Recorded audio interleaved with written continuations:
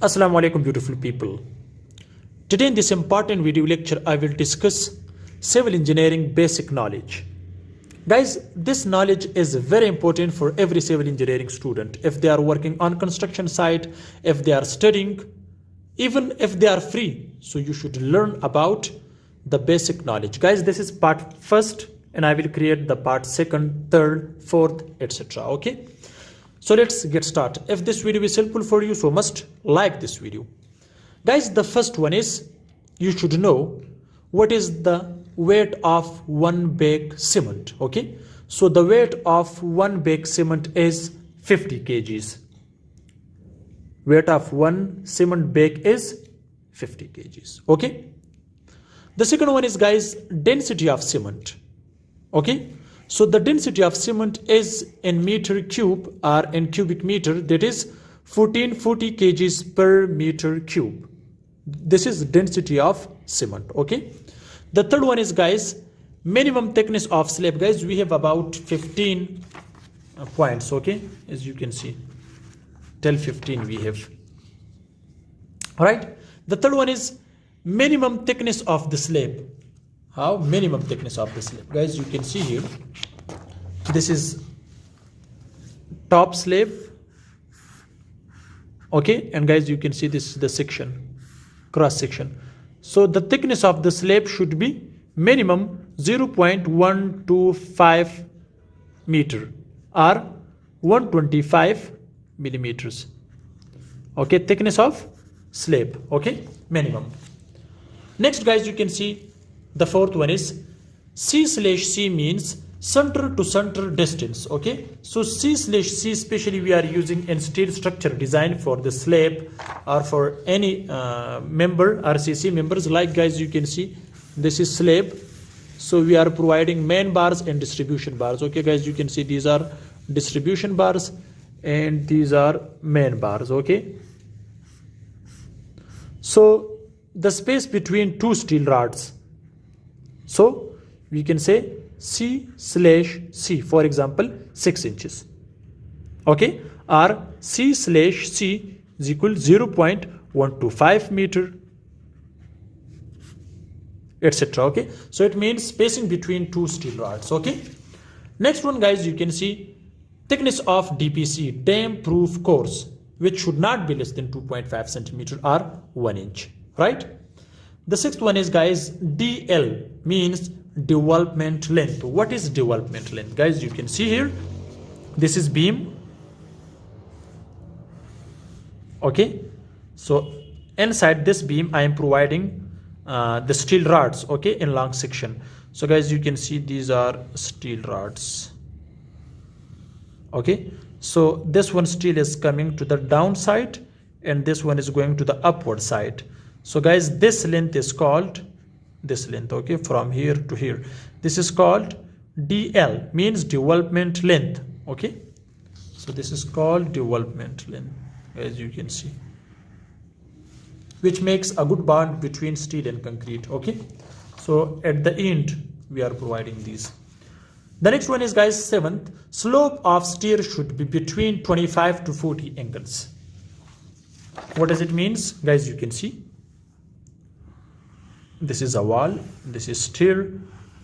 Okay, this angle, guys, you can see these are steps. Okay, so this angle should be between 25 to 40 degree. Okay, it should not be more than 40 degree, otherwise the people will face more problems when they are using these stairs. Okay, so the angle should not be between 25 to 40 degree. Next one, guys, you can see here 8, the riser and stairs in between 150 to 100. Riser mean, as you can see, in the steps. Okay, so you can see this is called riser, so it should be between 150 to 200 millimeters, this height. Okay, and the next one, this is called tread, this. Okay, so the tread should be 250 to 300 mm. Right, this one. So the one is riser The vertical is riser, the horizontal is tread and steer.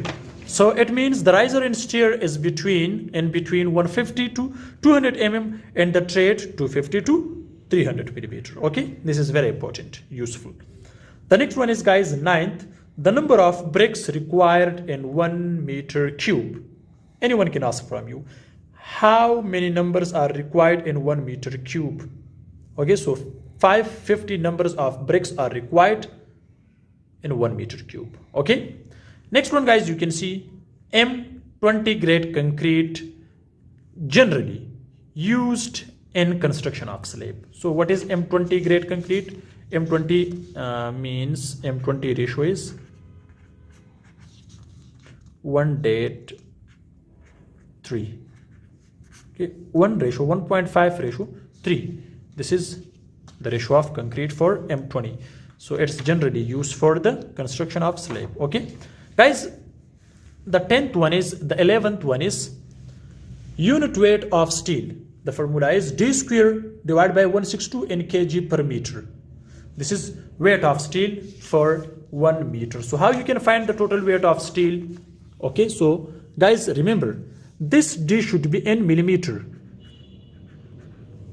For example, I am using the formula, so which is D square divided by 162. Okay, so is equal, for example, I am using the dia. This is steel rod. Okay, which dia is 12 millimeter. Okay, so the formula will be 12 multiply 12 divided by 162. So it will become 0.88 kg per meter. So this is the weight of steel for 12 millimeter dia of steel rod. Okay, so with the running length you can also multiply, right? Guys, the 12th one is lapping shouldn't be provided for the dia more than 36 millimeter. How? For example, guys, you can see this is a steel rod. If the dia is more than 36 millimeter or 36, so the lapping should not be provided. This is lapping, guys, you can see. Okay, so the lapping should not be provided for this. Okay, less than this you can use. Okay, so for this you can use the coupler method or any other one. Guys, the 13th one is max pre-fall of concrete. Okay, so pre-fall of concrete when we are using or during pouring of concrete in slab or in any member RCC member, we are providing the concrete. So the concrete height should not be more than 1.5 meter. So max free fall should not be more than 1.5 meter. Otherwise it will make the bleeding, segregation, etc. and you will face the problem. Therefore, remember this point. The 14th one is, guys, compressive strength of brick is 7.5 Newton per mm square. Compressive strength of concrete. Okay, it should not be less than this. It doesn't mean it should be 7.5, but it should not be less than. The compressive strength of the brick should not be less than 7.5 Newton per mm square generally. Guys, the last one is number of bricks. Okay, sorry, number of bars.